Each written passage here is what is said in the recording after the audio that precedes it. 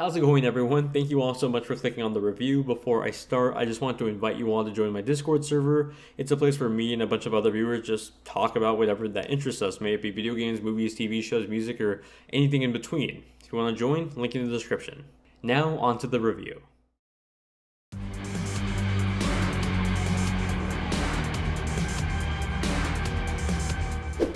As a spin-off standalone Wolfenstein game, Youngblood takes the opportunity to experiment with a lot of its gameplay, adopting a more sandbox-like design with co-op in mind.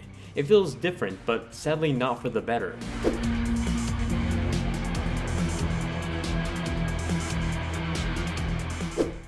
Taking place 20 years after the events of Wolfenstein 2: The New Colossus, in an alternate history where the Nazis won World War II, we dive into BJ Blazkowicz's family vignette.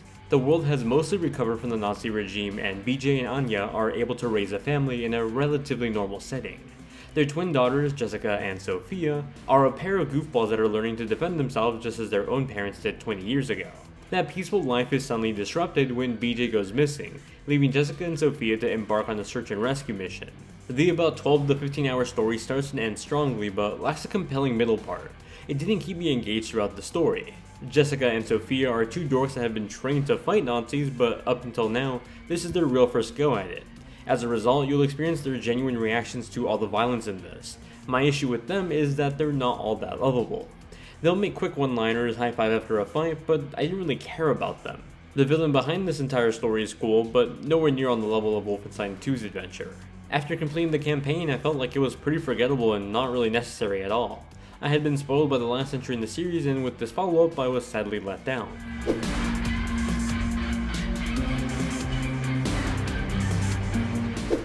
The biggest series changes come from Youngblood's experimentation with the gameplay.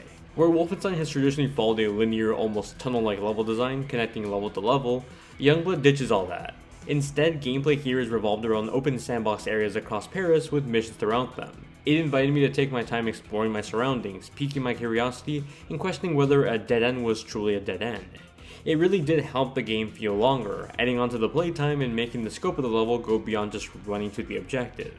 Depending on how you play, that can mean that this game will take you 12 hours to beat if you just run to the objective, or maybe 20 to 30 hours if you take your time trying to explore everything, maybe you go to that particular balcony at the corner of the level. It's an interesting take on the Wolfenstein series, but one that I think suffers from lacking a story that kept me interested, and some odd level design. You see, when you first start the game, you choose to play as one of the two sisters. From there, you choose your special ability, either crushing enemies with a tackle or having a cloaking ability for stealth attacks. Well, the problem with that is the level design. Enemies are placed in a way where you rarely can do a stealth path without needing the cloaking tool. Then when you actually use the tool, it feels cheap as you turn it on any time you're about to be seen. What I do like about Youngblood's approach to abilities and stats is that it really makes you craft your own character. Using the points and money you earn while completing missions, you can upgrade your individual weapons, abilities, and stats. These include attachments for your guns like making aim or damage better, and improving your abilities like being able to be cloaked and standing at the same time.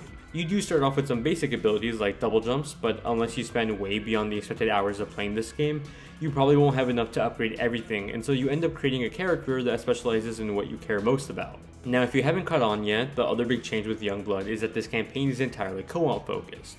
As someone that's been gaming for a long time, it's great to see a return to this dying genre. I just wish that it was executed a bit better. When starting Youngblood, you can choose to host an online match, join one, or just play solo with an AI teammate. Playing online worked fine, though there were moments where the person playing with me mentioned that there'd be a bit of lag whenever they shoot at an enemy and they wouldn't react right away. That's why I decided to play most of my campaigns solo with an AI companion. For the most part, they're pretty competent, but there were some moments where they just break, stand still, and not really do anything unless I move too far from them. Those moments were incredibly frustrating, especially when I'd get down and needed to be revived. At least those revives are forgiving. When one of you get down, the other one of you can revive each other, or you can instead use one of your shared lives to come back into the action. What isn't forgiving is the respawn. For some odd reason, Youngblood shoots you all the way back to the beginning of the mission whenever you run out of lives. During intense boss fights, this would mean that I'd have to backtrack the entire mission just to get back to the boss fight that I lost the first time. It became more of an annoyance the more I played. My issues with the co-op mode aside, I'd be remiss if I didn't say that when it did work, playing with a friend was genuinely fun. It brought back memories of playing Halo's campaign with a friend. It's rare to see something like that now in 2019, and even when it stumbles like in this game, I can't help but admire the effort. If you buy the deluxe version of Youngblood for $40, you even get a buddy pass. It lets you essentially invite a friend to co-op without them having to own the game. You can pass that invite along to the next person once you're done with your first friend. If you're just playing solo, then you can just pick up the base game for $30. Overall, Wolfenstein Youngblood does a lot to change up the series formula so far, and while those efforts are admirable, they're not done well. Some of the staple mechanics like great gunplay, violent combat, and quick movement are still here. Yeah, that means that the spongy enemies are here too. However, the engaging story, lovable characters, and enticing level design are lacking in this one.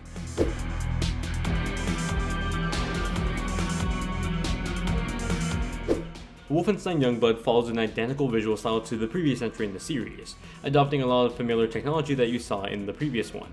Purely visually speaking, it looks fantastic. The particle effects from explosions, the flames from the propane tanks exploding, and the dust coming from the bullet hits. They look as stunning as they did in previous games, though I got to wonder how the tech hasn't evolved in 20 years in this reality. Animations for kills are just as good as they were before, though it may just be me, I thought it looked less violent this time in terms of the blood and the melee execution.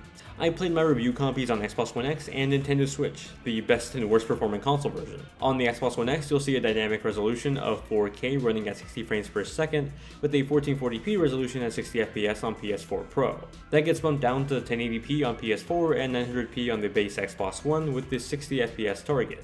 I found that for the most part the frame rate stayed along the 55 to 60 frames per second mark across all of these consoles, but you do have the option to activate a dynamic resolution on console for better frame rate maintenance. I did run into one oddity with the One X though, where the game just froze on me and crashed. It only happened once, but still, it's something that made me lose my progression on that mission.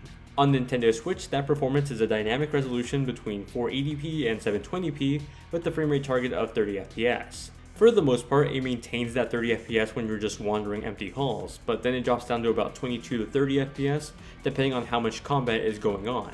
Is it playable? Yeah, well, as much as Wolfenstein 2 on the Switch was, it's better performing than Doom was on the Switch, but it's still not the most ideal way to play or experience this game, unless you're that eager to play on the go.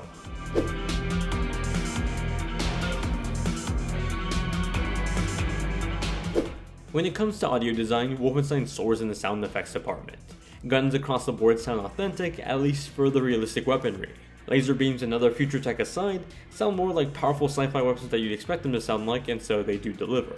The music is also pretty good, though it's very hard to hear at times when playing. It doesn't seem to be synchronized to specific events, and that might just be because of the new open sandbox design of levels. Ditching the whole scripted linear paths would mean that it's harder to time the start of songs if they synchronize to something.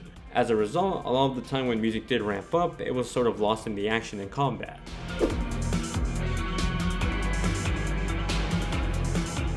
Wolfenstein Youngblood experiments with the series formula, and while some of the ideas like the sandbox levels and the co-op campaigns are cool, they don't feel as fleshed out or well executed as they could have been. The story isn't as interesting as I'd hope a follow-up to New Colossus would be, and so outside of a mindless, mildly fun co-op shooter, it's hard to recommend Youngblood.